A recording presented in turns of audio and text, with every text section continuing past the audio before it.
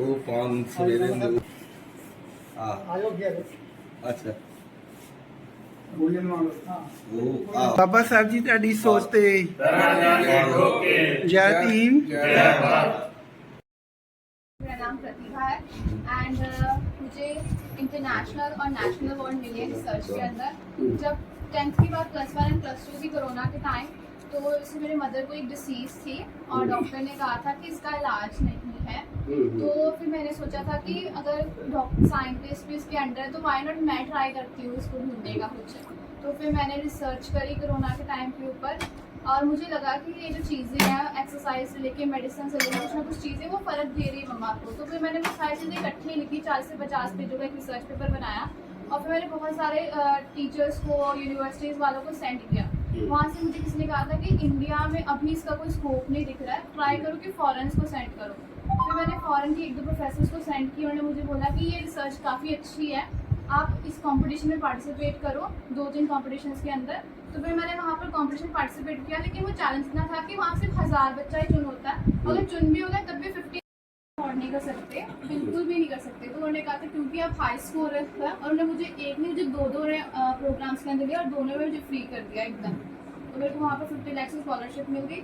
उसके बाद मैंने 2 साल रिसर्च करी एंड रिसर्च में भी मेरा पहला रिसर्च पेपर था कि जो पानी के ऊपर हरी काई नहीं जम जाती, हरी काई, उससे पानी खराब हो जाता है। तो फिर मैंने उसके ऊपर रिसर्च की, उसको हम कैसे ठीक कर सकते हैं। तो फिर मैंने एक डिवाइस बनाया जिसकी मतलब कि सोलर एनर्जी से वो चलता है एंड वो वाइब्रेट करता है। प्लस हमने कुछ और देसी नुस्खे भी इस्तेमाल की जो हमें पैसे बचा सकते थे, क्योंकि इंडियन सबसे सस्ता, सबसे मेरा सस्ता था और सबसे ईजी भी था बनाने के लिए। तो उन्होंने मुझे फंड किया और वहाँ से वो प्रोजेक्ट सिलेक्ट होकर टॉप 50 में हो गया, जिसकी वजह से जो प्रोफेसर्स थे उन्होंने मुझे नॉमिनेट किया इंटरनेशनल चाइल्ड प्रोडिजी अवार्ड के लिए। और चाइल्ड प्रोडिजी अवार्ड के अंदर उस साल कम से कम 1,57,000 के आसपास बच्चे थे जिनको नॉमिनेशन दिए गए थे और उसमें से टॉप 100 को अवार्ड मिलने थे। तो उस टॉप 100 में भी टॉप 10 के अंदर मेरा नाम था। Thank you. तो फिर मुझे 2022 के अंदर इंटरनेशनल अवार्ड मिला। उसके बाद मुझे एक नेशनल दिल्ली की ऑर्गेनाइजेशन ने अप्रोच किया कि हम आपको अकेडमिक अवार्ड देना चाहते हैं। तो फिर उन्होंने मुझे अवार्ड किया दिल्ली के अंदर गवर्नर्स, इसलिए जब उसमें मैं जा नहीं पाई तो मुझे फिर उन्हें ऑनलाइन अवार्ड दिए थे। उसके बाद फिर यहाँ पर काफ़ी लेवल, डिस्ट्रिक्ट लेवल पे जो बाइजूस कंपटीशन होता था ना, बाइजूस ने एक ऐप है बाइजूस ऑनलाइन और नेशनल कंपटीशन के अंदर, तो मैं नेशनल राउंड के लिए भी सिलेक्ट हुई थी।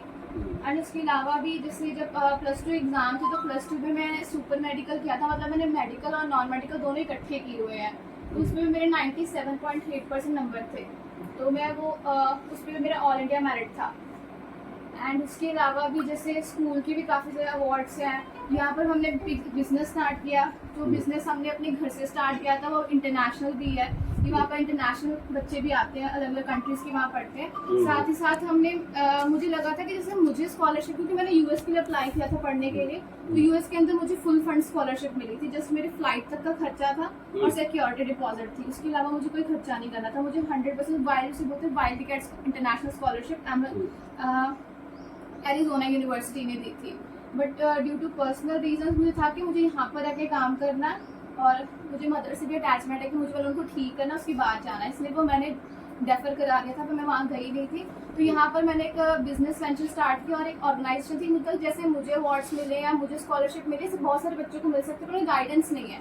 तो इसलिए मैंने एक ऑर्गेनाइजेशन स्टार्ट की, इसका नाम है द यंग वुमेन लीडर्स, जो स्पेशली काम करती है कि जो बच्चे जिनको अच्छी स्कॉलरशिप चाहिए अच्छी यूनिवर्सिटी के अंदर, तो वो उनको हेल्प करती है वो स्कॉलरशिप्स लेने के लिए। प्लस फिर हमें था कि यहाँ पर बच्चों को काफ़ी आपको होता है कि नीट जेई क्लियर करने के लिए 2-2 लाख की फीस लगती है, तो वो जस्ट 20,000 मतलब 2 लाख का 20,000 करके बेस्ट टीचर से वो नीट जेई की तैयारी कर सकते हैं। साथ ही साथ जैसे आज जैसे एग्जाम है जो कि काफ़ी पैसे लेते हैं, तो उसको भी हमने काफ़ी कम करा है पैसों को, एंड वो भी अभी चल रहा है, उसको ऑलमोस्ट 1.5 ईयर हो जाएगा एंड वो मतलब वो भी अभी इंटरनेशनली चल रहा है क्लाइंट्स के साथ। तो ये इसके अलावा भी नंबर ऑफ अदर थिंग्स हैं, जैसे कि जैसे मुझे हारमोनियम का शौक है तो मैं हारमोनियम करती हूँ। मैट्रिक और तबालम कहाँ से की? मैंने सीबीएसई से किया। कौन से सीबीएसई? सिल्वर रॉक, ठीक। संगीत का भी शौक है? मतलब मुझे हारमोनियम का बेसिकली, तो उसके ऊपर जैसे कीर्तन करती हूँ मैं। बेसिक कीर्तन से स्टार्ट किया था। एक दिन मेरे पापा गए थे तो उस दिन मैं आई थिंक गुरदासपुर से कंपटीशन लड़के आए थे, मैं फर्स्ट की जगह सेकंड आ गई थी।